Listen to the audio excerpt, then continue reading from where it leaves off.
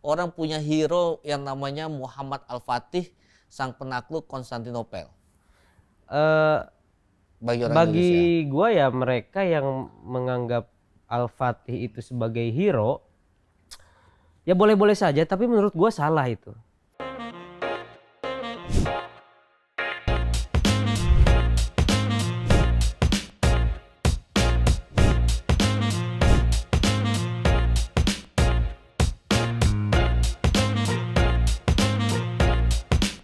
Tapi lu setuju gak tadi bahwa nggak ada yang salah, cuma kurang tepat gitu? Kalau lu gimana? Kalau menurut gua salah ya. Orang punya hero yang namanya Muhammad Al-Fatih, sang penakluk Konstantinopel. Bagi orang Indonesia. Bagi gua ya, mereka yang menganggap Al-Fatih itu sebagai hero, ya boleh-boleh saja, tapi menurut gua salah itu. Pertama, karena Al-Fatih ini orang yang gagal, bukan orang yang sukses menaklukkan Konstantinopel, tapi dia orang yang gagal terhadap bangsanya sendiri. Kok gitu kan? Jadi Al-Fatih, ada Salahuddin Al-Ayyubi ya, ada Al-Fatih ya. Nah itu dua tokoh yang memang sering menjadi hero ya, hero. Nah misalkan ketika Salahuddin Al-Ayyubi ya, saya bukan Al-Fatih ya. Kalau Al-Fatih boleh-boleh saja lah kalau Al-Fatih. Tapi kalau Salahuddin Al-Ayyubi ini juga berkaitan erat dengan Al-Fatih juga. Salahuddin Al-Ayyubi itu orang yang gagal juga. Ketika ia memerdekakan bangsa Turki, katakan seperti itu, memerdekakan bangsa Turki, dia menyesal.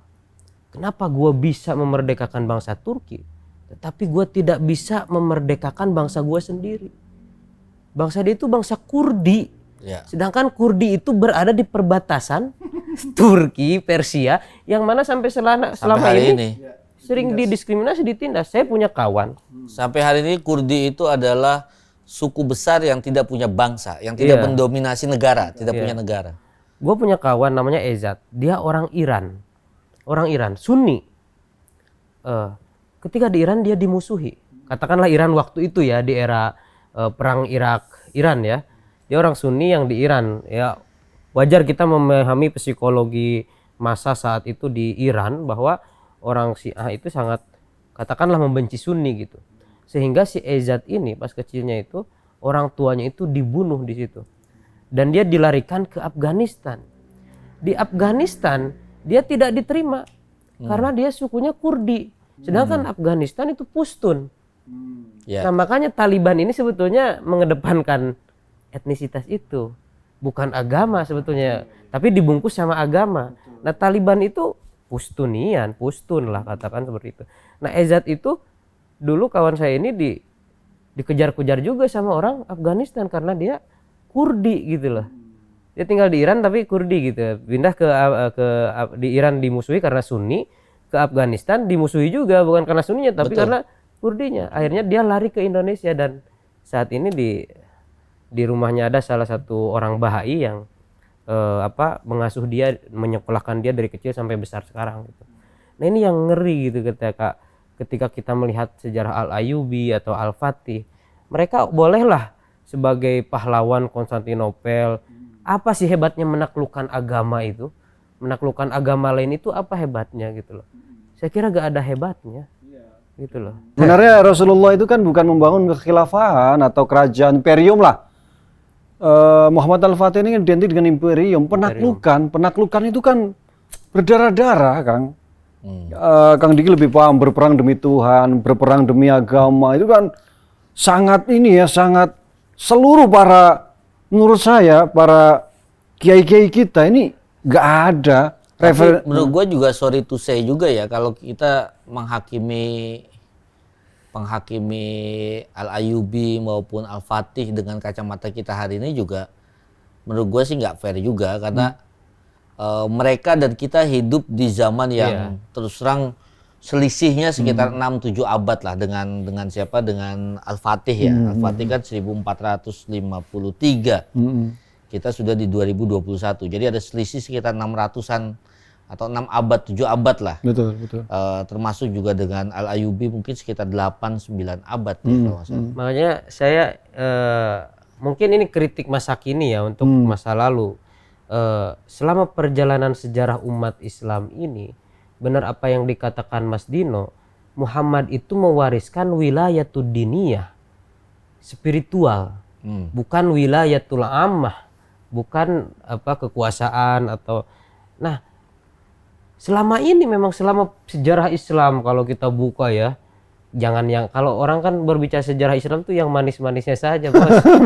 Bener. Kalau lihat sejarah Islam itu darah Pak, darah semua. Nah atau itu Kal, maksud gue yang kesalahannya adalah kita menafsirkan masa lalu itu dengan kita tidak menafsirkan konteks sejarah dengan konteksnya saat itu dan konteks kita hari ini. Betul. Kita mengeneralisir semua konteks, kita mengeneralisir semua waktu. Betul. Kita menghakimi, menurut gue kan gini, kita menilai Al-Ayyubi maupun Al-Fatih misalnya minor atau negatif dengan kacamata kita hari ini juga nggak fair. Sama tidak fairnya ketika orang mengglorifikasi atau mengagungkan secara berlebihan terhadap Al-Ayyubi dan terhadap Al-Fatih dengan kacamata hari ini atau dengan kacamata masa lalu. Mereka mengglorifikasi dengan cara pandang masa lalu. Betul. Mereka misalnya begini glorifikasi ya, ini menurut gua ya. Misalnya Al-Fatih itu hebat. Dia berhasil melakukan penaklukan sebuah kekaisaran besar. Dia berhasil mempersatukan umat Islam untuk berada dalam naungan kekhalifahannya. Lalu kemudian kita tafsirkan pada hari ini, kalau gitu logikanya nih, kalau gitu kita juga harus bisa seperti Al-Fatih mempersatukan umat Islam untuk menaklukkan agama lain pada hari ini. Nah, itu. Bentar Bang, ketika perang Al-Fatih waktu itu, apakah pasukan Al-Fatih itu ada yang Kristen nggak? Ada juga. Ada. Ada pasukan lawannya Al-Fatih itu ada yang Islam nggak? Ada juga sebetulnya. Apakah itu yang disebut mempersatukan Islam? Iya. Itu sebetulnya bukan politik kan? Betul. Maksud gue gini, gue hanya ingin mengkritik gini, cara pandang kita ataupun cara pandang orang-orang lain yang berseberangan dengan kita, dia menempatkan glorifikasi atau dia menempatkan kritikan itu bukan pada tempatnya. Iya. Maksud gue lu baca Al-Fatih ya membaca Al-Fatih selaku Al-Fatih apa adanya yang hidup pada masa itu. Untuk lu kaitkan pada masa ini, lu harus buat ini dong, harus buat kalau bahasanya Nasir Hamid Abu Zaid lu harus buat mantikotul jisr. Jembatan penghubungnya lu harus buat. Betul. Kalau Tan Malaka nyebut lu harus buat jembatan keledai. Ya. Jadi supaya kita bisa menggabungkan antara dua pikiran atau dua peristiwa di masa lalu dengan masa kini dengan kita gabungkan itu. Betul. Nah, kesalahan kita kan seringkali menghakimi apa yang terjadi atau misalnya begini ya.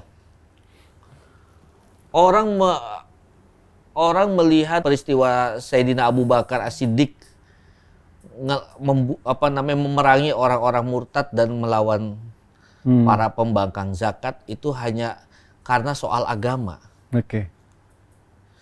Gara-gara baca hadis umirtu an uqatilan nas hatta yaqula la ilaha illallah Muhammadur Rasulullah. Aku diperintahkan untuk memerangi orang-orang yang sampai dia membaca la ilaha illallah Muhammadur Rasulullah.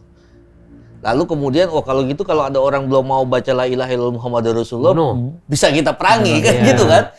Ada orang berkesimpulan begitu. Padahal konteksnya kan kalau menurut gua itu kan konteks suku-suku yang waktu itu baru bergabung di Madinah. Lalu tiba-tiba menyatakan murtad. Murtad itu bukan semata-mata keluar dari agama pada masa itu. Murtad itu keluar dari barisan politik. Ini bukan kalau bahasa kita disintegrasi bangsa. Masya Allah. Bikin federal, negara federal. Keluar dari persatuan bangsa. Misalnya gini. Bugot. Ya. Jadi perlawanan itu karena bugotnya. Misalnya gue juga melihat gini. Sebenarnya orang clear ya. Ada orang ketika muncul nabi palsu itu bersemangat sekali. Wah, ini nabi palsu diperangi zaman ini, zaman dari mulai Musailamah Al-Kadzab terus sampai Sadek. Sampai semua diperangi gitu kan. Yang namanya nabi palsu. Oke, fakta itu ada. Tapi kalau kita baca surat Musailamah Al-Kadzab, istilah Al-Kadzab itu apakah Musailamah itu sudah ada sebelumnya dan Nabi sudah mendengar adanya orang yang mengaku Nabi namanya Musailamah. Tapi julukan Al-Kadzab itu baru diterapkan sama Nabi ketika ada surat Musailamah bilang, laka nisful ard, wali nisful ard. Bagimu Muhammad separuh bumi, bagiku separuh bumi yang lain gitu. Artinya kan ini soal teritori, bro. Jadi ada orang mengklaim atau ingin memecah belah negara yang baru terbentuk, sehingga itu perlu baru Rasulullah bilang bahwa Al-Kadzab itu baru di situ istilah Al-Kadzab. Salah satu khalifah di era Abbasiyah itu dia ingin mendirikan klub malam di atas Ka'bah.